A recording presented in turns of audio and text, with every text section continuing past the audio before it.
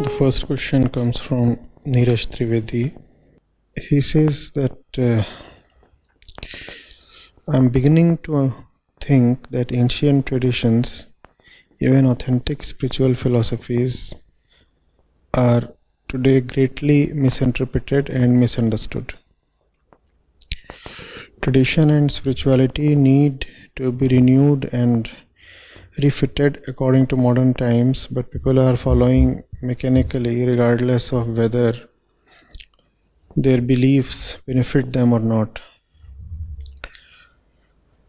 I put the blame squarely on those in the past who forcefully executed their will on the masses to follow tradition and philosophies. Neeraj, few quick responses. First of all, no philosophy is the truth in itself. Should be obvious. Because we exist in falseness, therefore a philosophy is needed, a theory is needed to wipe out the pre-existing falseness. Love for the truth. That's the literal meaning of philosophy. Because you love the truth, so you say something,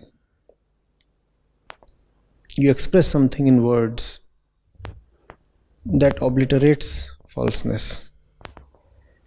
So any philosophy is at best an attempt, a method to eradicate something, even if it is not expressed in negativa, it still just seeks to refute something that exists in the mind as truth. That's why usually people find philosophy is difficult or complex. They appear complex from the point we look at them. We look at them from a point that they seek to attack. Therefore, the difficulty in negotiating with them, reconciling with them. So, anybody who gives you a philosophy is anyway not saying that this is the truth. It is that person's or that order's best attempt to help you get rid of your falseness. Now, obviously, there is an assumption implicit here. The assumption is you want to get rid of your falseness. So the one who is giving you the philosophy, the thesis,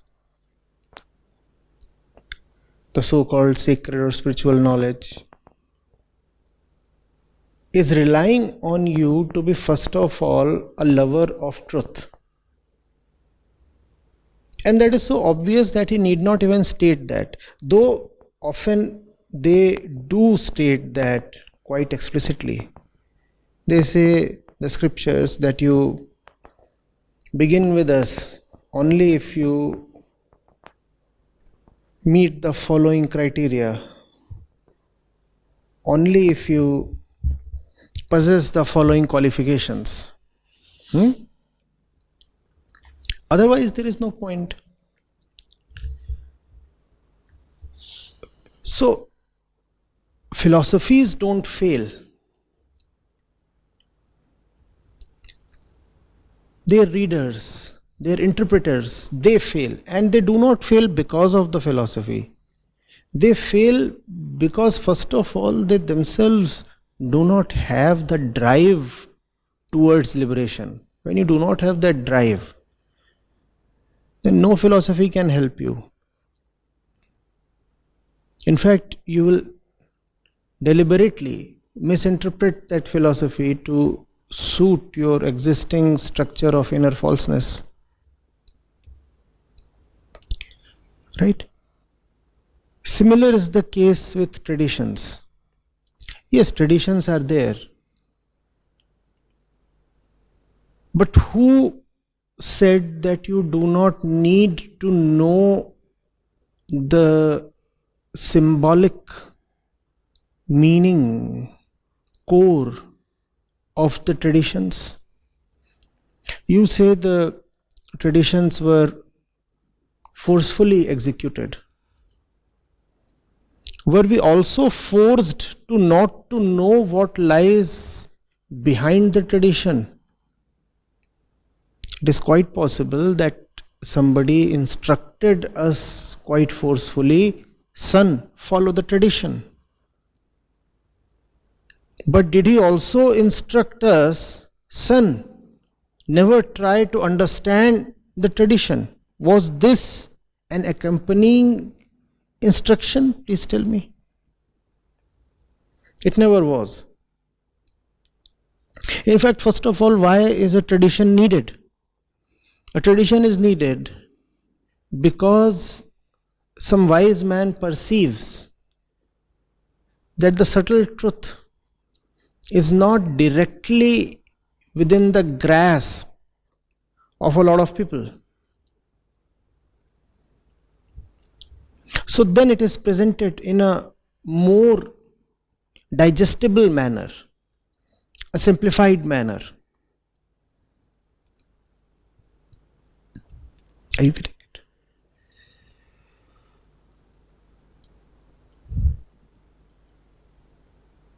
The one who is setting the tradition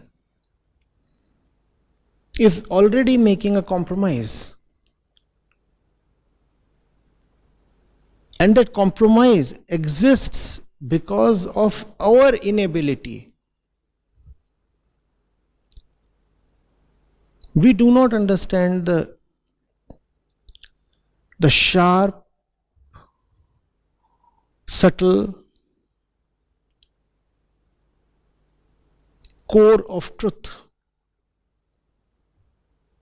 So we are given stuff that is more tangible, more intelligible. And the idea is that the gross will help us move into the subtle, that we'll be able to appreciate the symbolism and the pointers.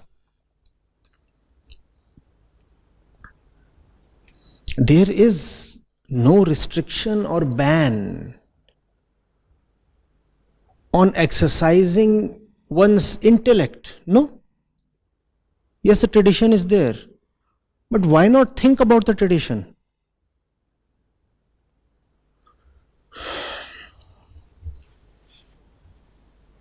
To me, what you have written sounds a bit unjust.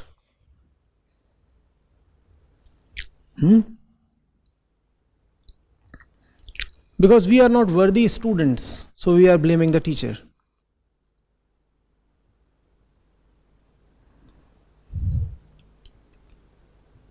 What can the teacher do? The teacher tried to make it easy for us. And if you think that in trying to make it easy for you, the teacher has diluted the truth, then you need not accept the diluted version. You need not go the way of traditions. Then you can go directly the way of knowledge. No? There are all kinds of streams. There are streams that say that you do not need to follow any tradition. Just enter directly into the highest knowledge and you are liberated. But that we do not want to do because that is very difficult. We ourselves deliberately opt for the root of traditions, symbolisms, theories, mythologies. That's the domain we choose. And having chosen that domain, we distort it so much that the entire intention of the founders is defeated. And having defeated their intention very badly, very squarely, we then say, look, they did such a bad job. Huh? Who did such a bad job? They did such a bad job. Well, first of all, how is a sage responsible for all the generations that come after him? Please tell me. Why did he have to write the scriptures? What is he gaining out of it? Most of the sages, if I am talking in the Indic context, died anonymously. Yes, we do know the names of a few sages and saints, but that's nothing compared to the ones we know nothing of. What did they gain? Money, fame, power? What? It needs to be appreciated that it was a very selfless and loving gift from them. And if we are not capable of deciphering and utilizing the gift, I really do not know how to blame the giver.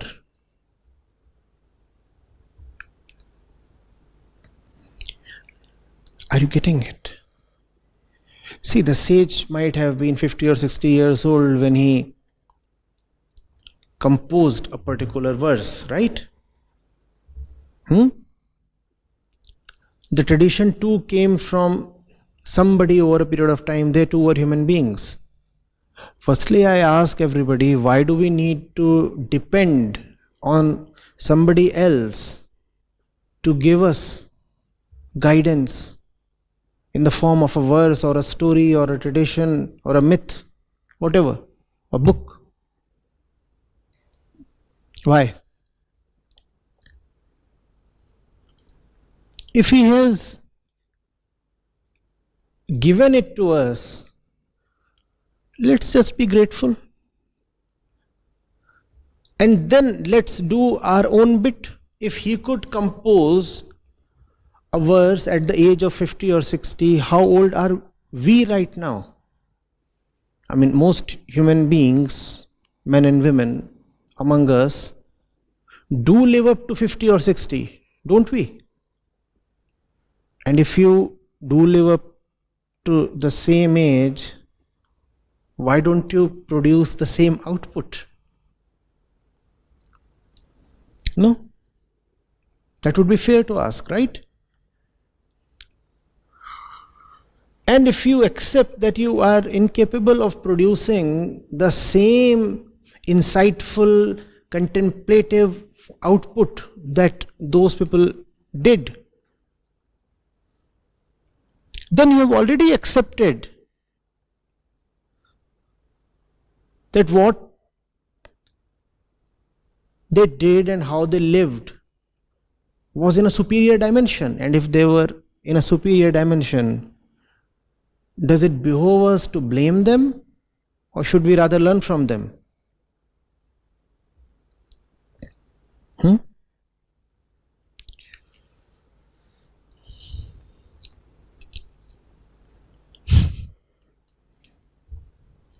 Somebody gifts you a car. Somebody gifts you a car. Some elder in his love or something. Can he also gift you driving skills? That's the issue. We bang the car and blame the giver. Why? Because we didn't have even the basic smarts to learn driving. They did the best they could. Are we doing the best we can?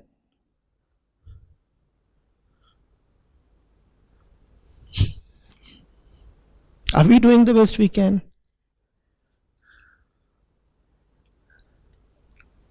And traditions are never indispensable.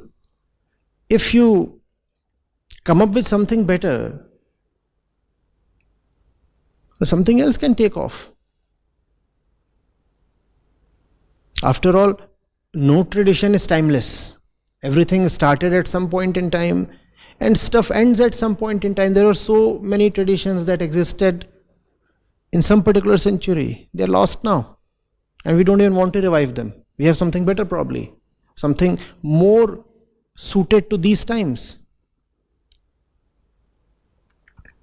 So, responsibility is the key word. We have to accept responsibility for our life, our times. At the center of our life lies nobody else but the liver, the individual, the person. If you are the living entity, then your life is your responsibility. Your welfare is your responsibility. Philosophies from the past, knowledge from the past, traditions from the past, myths from the past, religions from the past, they are at best resources available to you in the form of knowledge, information, ammunition. But whose responsibility is it to utilize the knowledge, to load the ammunition and fire it? Yours. What if our forefathers had gifted us with nothing? What would you say then? What if you were the first person on this earth? What if in a calamity, in a global disaster, all pre-existing knowledge of the centuries is just lost? Whom would you blame then? You have to start from zero, always. And when you start from zero, then you feel gratitude. Then anything that you get from anywhere is a bonus.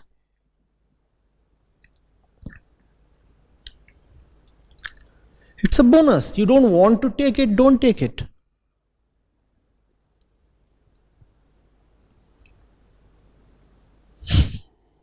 It's a gift. You may just say thank you, hold it in your hands and keep it aside. But you cannot blame a gift for your current miseries, can you?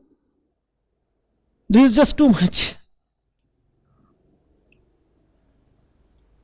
You say we were forced to accept the traditions. Well, in the current times, who is there to force anybody? Who can tell you to live your life in a particular way, especially a way you do not approve of? The way you are living is your choice, and the onus of making an informed and responsible choice lies squarely upon you.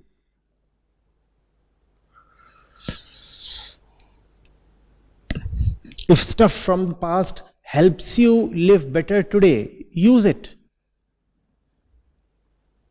If it doesn't help you live better today, there is no obligation. Or is there?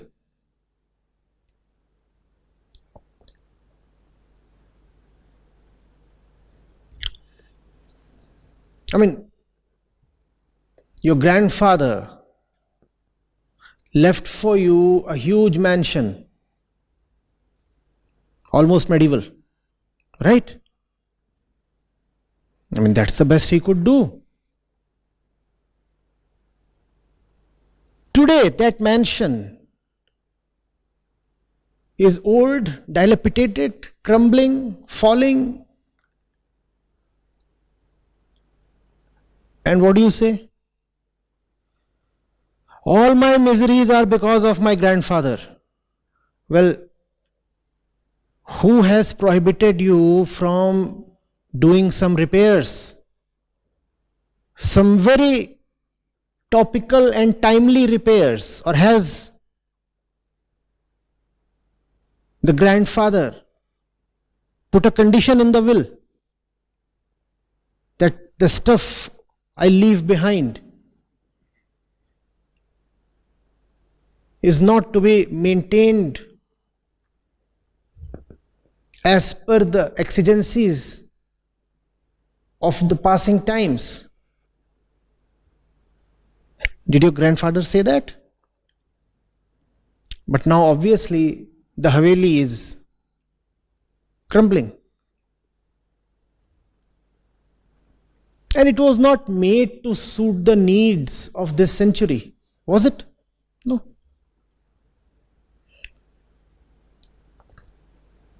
So the toilets are all in the older style. And you don't like that, you know.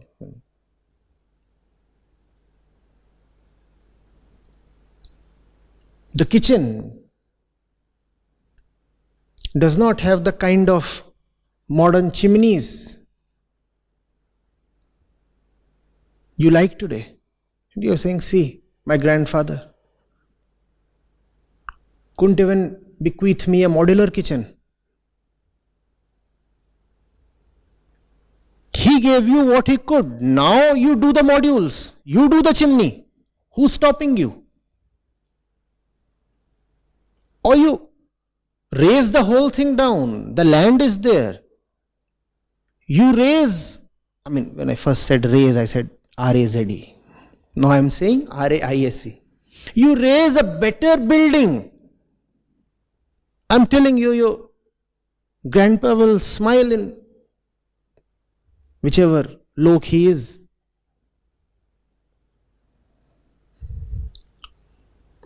Look at the Upanishads themselves. They were not done in a day. They remained work in progress over several centuries. So somebody said something, and then 2 generations later, what he said was built upon, improved upon. Why has that process of improvement stopped today? And who is really stopping you? Tell me.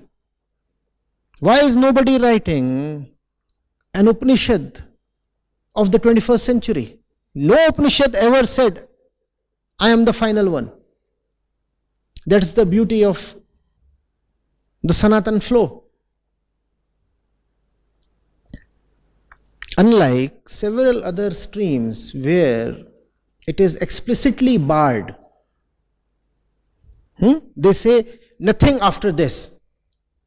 The final guru is this one, the final prophet is this one, the final book is this one. No such restrictions exist in the Sanatan domain. Then why is it so that the last Upanishads were written some 10, 12 centuries back and it's been very dry since then?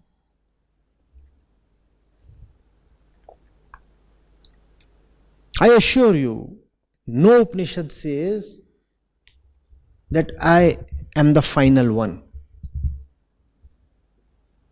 Or that if you compose another one, it is sacrilege.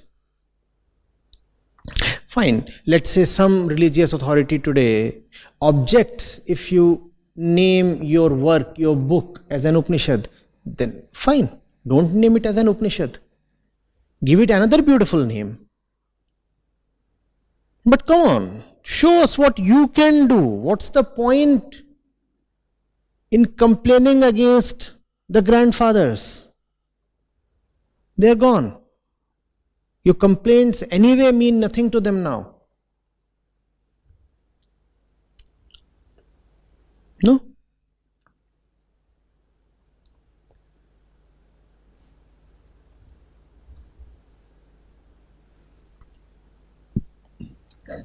Responsibility is tough. Huh? Evasion is facile.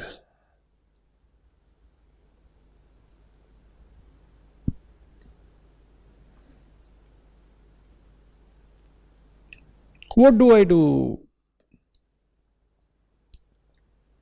My situations in the past didn't allow me to progress.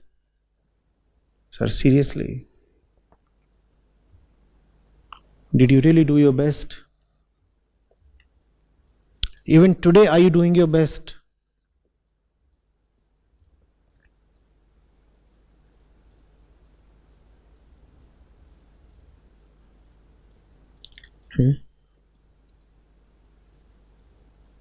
My parents raised me badly. That's why I am such a distorted specimen. No, please. You are 30 today. Your mother was 26 when she gave birth to you. Look at your maturity at age 30. And you want God-like maturity from your parents when they were 26 and 28? Think of those two persons who birthed you, 28 and 26. And you at age 30 are blaming two other individuals who are aged 28 and 26. Is that responsible of you?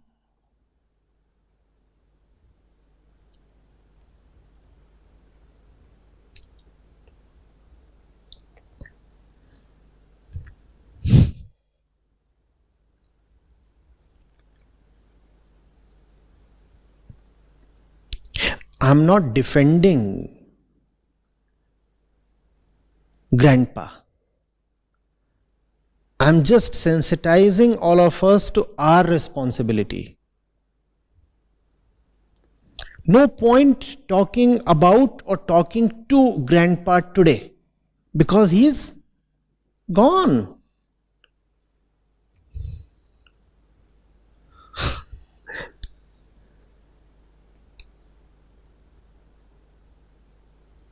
Your exaltations do him no good. Your condemnations do not shame him. He's gone. But you have a life to live. So better be responsible.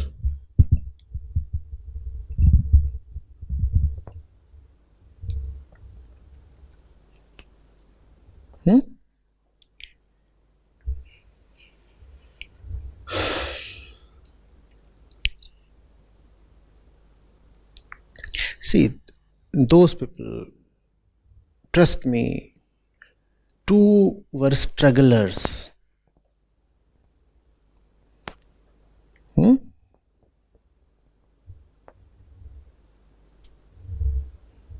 No man is perfect. No person is God. So let's just appreciate them for what they were and how much they did. And if something was left to be done, then the baton right now is in our hands. They have passed the baton and faded into the sunset. They're gone. If you do realize that there still are deficiencies, come on, rise like a man and obliterate them.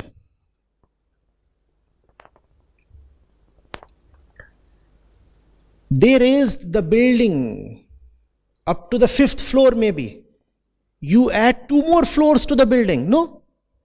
Won't that be a fitting tribute to Grandpa? The mansion he gave you had 5 floors. Why don't you add 2 more to it?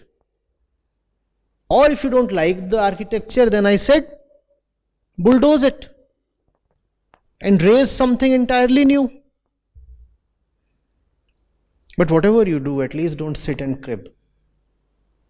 That too in front of Grandpa's old crumbling statue. Imagine. Even the statue is crumbling.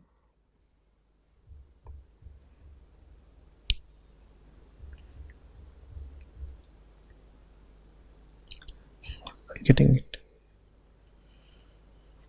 All that is in time will be destroyed by time. If something has been handed over to you, most of it would be a time-bound quantity. Time would make it redundant. Time would make it stink. It's a law. Not that the quantity was flawed or ill-made. It's just that it is subject to time, and whatever is subject to time will not survive for long.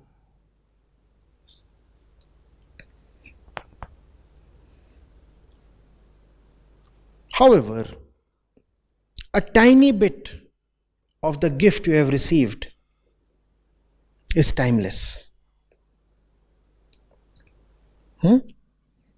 The tiny point at the center of the big mass, the big volume you have inherited is timeless. But only that tiny point.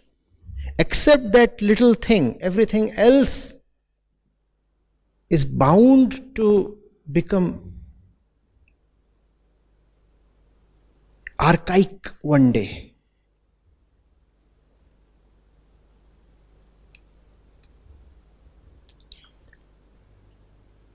No point complaining.